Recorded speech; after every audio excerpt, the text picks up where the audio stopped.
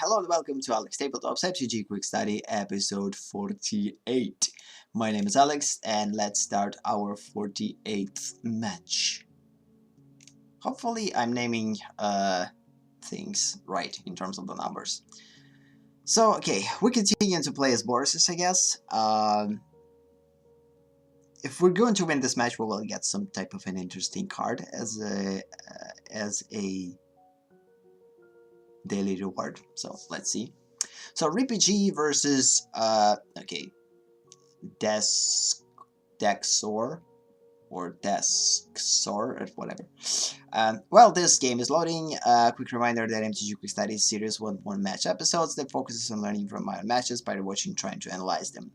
So it's a pretty weird hand. I probably shouldn't took it. The only reason why I took it is because I had a Raptor in my hand. Ideally, I would have more copies, but I guess I just have one or maximum two.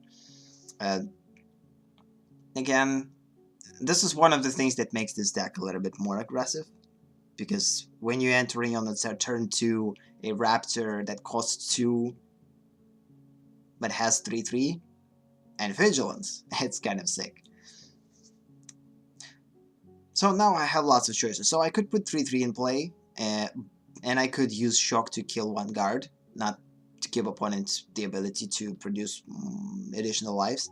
But opponent didn't get lucky with creatures, so I guess it's good. So now I probably, again, still, should I think about putting threats in play or removing all existing threats that opponent has from play? Instead, I've decided to, since we have 3/3 Dino, kind of decided to actually keep up with putting things in play instead of focusing on. Okay, Excellence Binding is pretty bad. But again, it doesn't matter, we have probably one additional copy maximum of 3/3. This is one of the coolest things in my decks. Like, I rarely have more than 2 copies of each card. And because of this, Excellence Binding is probably never going to hurt me. Like, no matter what deck I'm playing, usually Excellence Binding never going to hurt me, because it's just going to prevent me from playing one copy of the card, if I will get it. So, of course, for those who actually create consistent decks and putting lots of 4 copies of each card, Excellence Binding is pretty bad situation, especially if used right. So again, we're playing is Boros versus Mono White, I guess. Mono White weenies, as they call it, I guess. So the good thing is that we have more than enough mana to actually increase our draws. Here I will use Shock later to kill one guard, but it's better to do this on opponent's turn. So we're playing against Lifelink deck, so this match potentially could be a pretty long one. It's actually not that long, it's like 9 minutes or so. It all depends what opponent will get. But again, once opponent will be able to utilize Legion landing, this thing basically. Now opponent will be able to reproduce tokens. There's a buff there probably. Hopefully not, because I wouldn't want to use. I wouldn't want to lose my 2/3. So there was no buff. Good. Sunwing Dinosaur 2/3 that basically helps us to force opponents to put creatures tapped in play, which is pretty good. Will definitely help us to slow this down. And this is perfect. I mean, I could actually use it later, but why? If I can use it now, I'm kind of, again, I'm in a rush sometimes. Sometimes I'm making super hasty decisions, which is not a good idea. Here, I could actually wait, especially if opponent will put multiple tokens in play in one turn. It's better to kind of wait for it. But I had a chance, and since I have lots of removal, and most of this removal is going to be used to kill a Johnny, we're probably going to end up with opponent just conceding duel, because, again, we have 2 Justice Strikes, 1 Lightning Strike. Now we get a freaking mass removal, so no matter what the situation in the game, we will be able to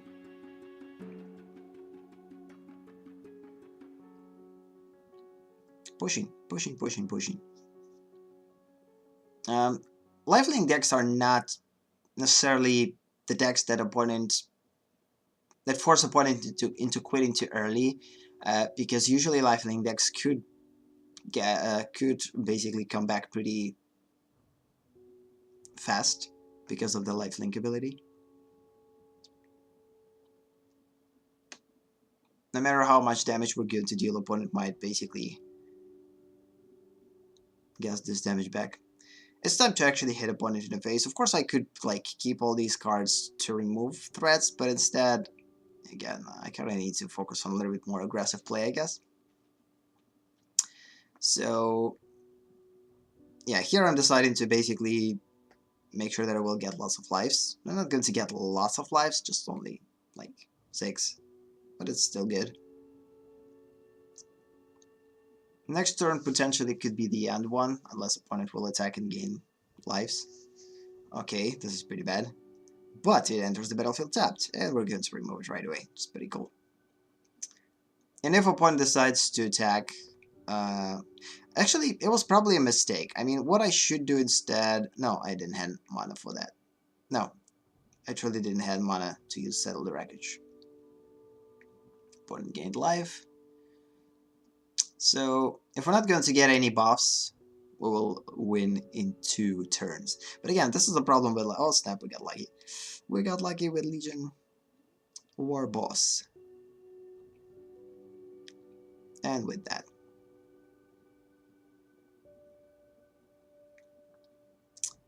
Perfecto. We'll draw lots of cards. Yeah, pretty sick. So yeah, 6, 7. Still not enough. But now we actually finally get a transformation for this. I'm rarely utilizing this legendary enchantment, unfortunately. I love it, it's pretty good, and this is one of the ideas, to have lots of cards with the ability in order to transform it. But I believe I still need to make this deck a little bit more consistent. And I was just going to probably deal 2 damage to attacking to opponent. And with the tap, and the rest of the damage is going to be dealt by attacking creatures. If we'll attack with all of them, like the only thing that opponent might have is Settle the Wreckage. This is one of the things that I'm kind of scared of. Like, I need to be cautious with attacking with all creatures, because if I will attack with all of them, and opponent has Settle the Wreckage, I'm kind of done. So because of this, I'm deciding to attack with a couple of those. Probably a bad idea to attack with Sunwind though. Okay, this is pretty interesting. So opponent will kill our Dino. No, not. Enters the battlefield tapped. Good. Not allowing opponent to gain more lives than needed. So next turn, if opponent is not going to concede duel, we're definitely going to win. Unless opponent will get Settled Wreckage next turn. I don't know.